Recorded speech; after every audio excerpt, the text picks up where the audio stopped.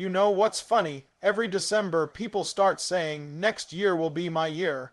They said it in 2023. They said it in 2024. They shouted it in 2025. And now they're waiting again, hoping 2026 will magically fix everything. But here's the truth: 2026 is not a superhero. It's a calendar. It's not coming to save you. You have to save yourself. Most people spend half their lives waiting. They wait for the right time, the right opportunity, the right feeling, the right alignment of stars, as if success will politely knock on their door when the moment is perfect. But life doesn't work like that. The truth is, there is no perfect time, there is only asterisk now. Asterisk, every dream that ever came true began when someone decided to start, not when they were ready, not when they were confident, but when they were tired of waiting. The right time is a myth we tell ourselves to stay comfortable. It gives us permission to delay the hard things and disguise it as patience. We say, I'll start next month, I'll begin when I have more money, I'll try when things settle down. But guess what? Things never really settle down. Life always finds a way to stay messy. The people who win in life are not the ones who wait for ideal conditions. They are the ones who create progress in imperfect ones. Every day you wait, someone else with fewer excuses and less talent is already taking action. Waiting for confidence doesn't bring confidence. Asterisk doing asterisk does. You don't find clarity before starting, you find it by starting. The first step, no matter how small or awkward, is the one that changes everything. Think about it: the gym won't feel easier next week. The business idea won't become less risky next month. The conversation you're afraid to have won't magically feel more comfortable later. Nothing changes until asterisk you asterisk do. Waiting only delays growth. It's like sitting in a parked car, expecting the scenery to change. The truth is, you move forward by moving, not by waiting for a green light that may never come. So if you've been telling yourself, once I'm ready, I'll begin, flip it around, begin, and asterisk then asterisk, you'll be ready. Excuses are the invisible chains that keep people stuck exactly where they are. Every time you make one, you trade a piece of your potential for temporary comfort. You might think you're protecting yourself from failure, but really you're building walls around your own growth. People love to say, I'll start when I have more time. But the truth is, time isn't something you find lying around, it's something you asterisk create. Asterisk, we all get the same 24 hours, yet some people build empires while others build excuses. The difference isn't talent or luck. It's the decision to stop waiting for ideal conditions and start working with what you have. Excuses feel safe because they let you avoid the discomfort of responsibility.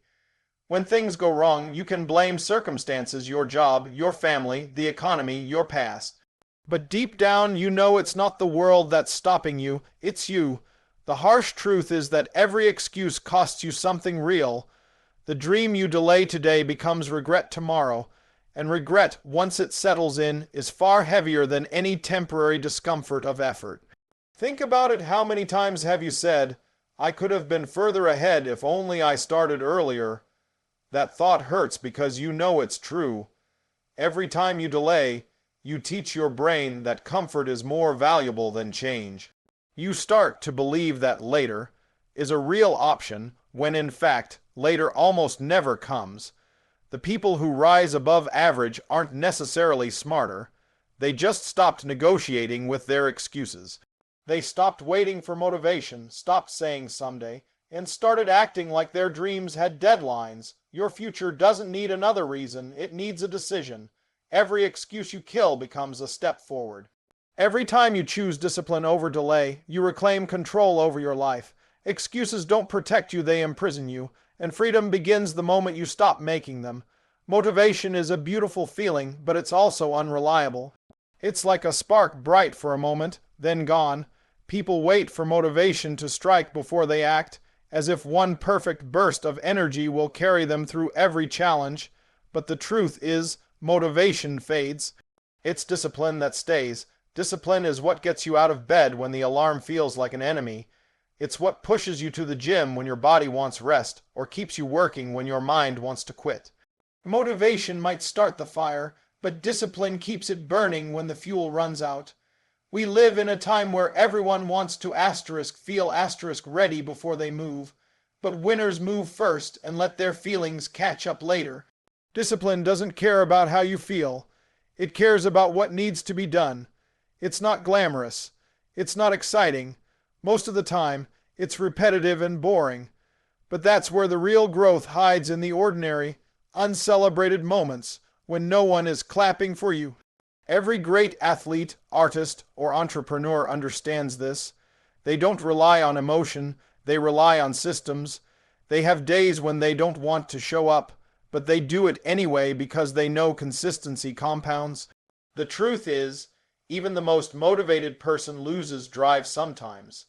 You'll wake up some mornings with zero energy, no excitement, and a heavy sense of doubt. That's normal. The difference between average and extraordinary is what happens after that moment. The average person gives up or delays. The disciplined person acts anyway.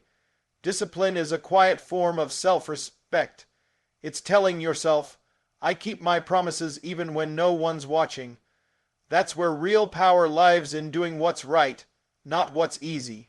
Motivation gets you started, but discipline builds the life you want. It's a strange truth that no one is coming to save you, and at first it sounds depressing. We grow up expecting someone, our parents, a mentor, a miracle, maybe even luck, to come fix everything when life gets hard. But when you finally accept that no one's coming, something incredible happens. You realize the power has been in your hands the whole time. You stop waiting for rescue and start creating solutions.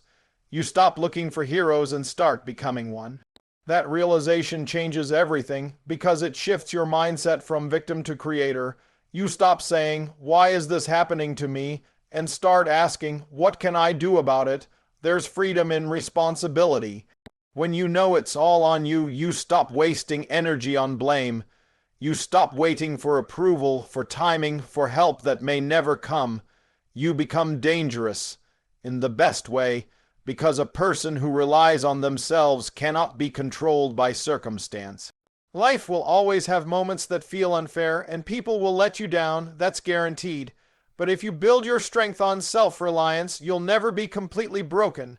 You'll bend, maybe stumble, but you'll rebuild faster than anyone else, because you know how to depend on yourself. The truth is, no one understands your dreams as deeply as you do. No one feels your hunger, your pain, your purpose the way you do. So why expect them to carry it for you? Once you stop waiting for help and start taking ownership, life becomes simpler, not easier, but clearer. You realize that complaining solves nothing, action solves everything. You become your own backup plan, your own motivation, your own rescue team. That's real power, that's real independence. And when you finally save yourself, you discover the most rewarding truth of all. You never needed anyone else to begin with. Pain is one of life's greatest teachers, yet most people spend their lives running from it. We treat pain like an enemy, something to avoid at all costs, but the truth is, pain is often the only thing honest enough to show us who we really are. It strips away comfort, ego, and illusion. When everything feels easy, we don't grow, we just float. But when things fall apart, when we're uncomfortable, that's when we start rebuilding ourselves into something stronger. Every challenge that hurts you is shaping you. Every heartbreak, every failure, every sleepless night, it's all molding you into the person you're meant to become. Comfort feels good, but it's dangerous. It keeps you soft. It makes you lazy. When you're too comfortable, you stop questioning, you stop improving, and you start settling. Comfort is the slowest poison there is because it convinces you that you're safe while your potential quietly fades away. Pain, on the other hand, wakes you up. It demands attention. It says you can do better. It pushes you to find new ways, new strengths, and new courage you didn't even know existed. That's why some of the strongest people you'll ever meet have walked through the darkest places. They didn't avoid pain. They turned it into power. You can't escape pain, but you can choose what it means. You can let it break you, or you can let it build you. When life hits hard, don't ask, why me? Ask, what is this trying to teach me? Because hidden inside every difficult moment is a lesson designed for your growth. The most successful people aren't the ones who avoided pain. They're the ones who learned how to use it. Pain is the doorway to strength, and comfort is the wall that blocks it. Growth is not supposed to feel good. It's supposed to feel real. The truth about the future is simple. It doesn't magically reset when the calendar changes. People believe that once the clock hits midnight on New Year's Eve, everything will somehow be different. New energy, new luck, new life. But that's just an illusion. January 1st doesn't erase your habits, it exposes them. The work you put in today, the choices you make right now, are the ones that shape the version of yourself who will live in 2026. If you spend the rest of this year distracted, lazy, and uncommitted, the next one won't save you. It will simply reflect you. The results don't come from the year, they come from the effort you put into it. You can't plant bad seeds and expect a good harvest. If you want 2026 to be different, you have to live differently before it even arrives. That means no more waiting for a fresh start. The fresh start begins the moment you decide to stop doing what keeps you stuck. Every day you show up, every small act of discipline, every decision to grow instead of complain, it all adds up. The next year won't bring change, your consistency will. The people who will shine in 2026 are already working quietly in 2025. They're not talking about change, they're living it. They understand that you can't wish your way to success. You build it, brick by brick, habit by habit. So while most people are waiting for next year to motivate them, the truly committed are using this year to prepare. That's the real difference. You don't need a new year, you need a new standard for yourself. The future doesn't belong to those who hope for it. It belongs to those who prepare for it. 2026 won't make you great, but the choices you make today absolutely can. So when the clock strikes midnight and 2026 begins, don't look at that moment as a rescue. Look at it as a reminder that no year, no date, no promise can change your life unless you do. Stop waiting for a lucky break. Stop hoping that time will fix what effort won't. The future doesn't reward those who wait, it rewards those who work. You don't need another miracle, you need a mindset shift. You need to look in the mirror and say, no one's coming, but I'm still going. Because when you take ownership of your life, something incredible happens. The weight you've been carrying turns into strength, and the fear that held you back turns into fire. 2026 will not save you, but it can reveal you, the disciplined you, the focused you, the unstoppable you. So don't pray for an easier year. Build a stronger version of yourself. Don't wish for better days. Create them one brave decision at a time. Because once you decide to save yourself, you won't just survive another year, you'll finally start living it.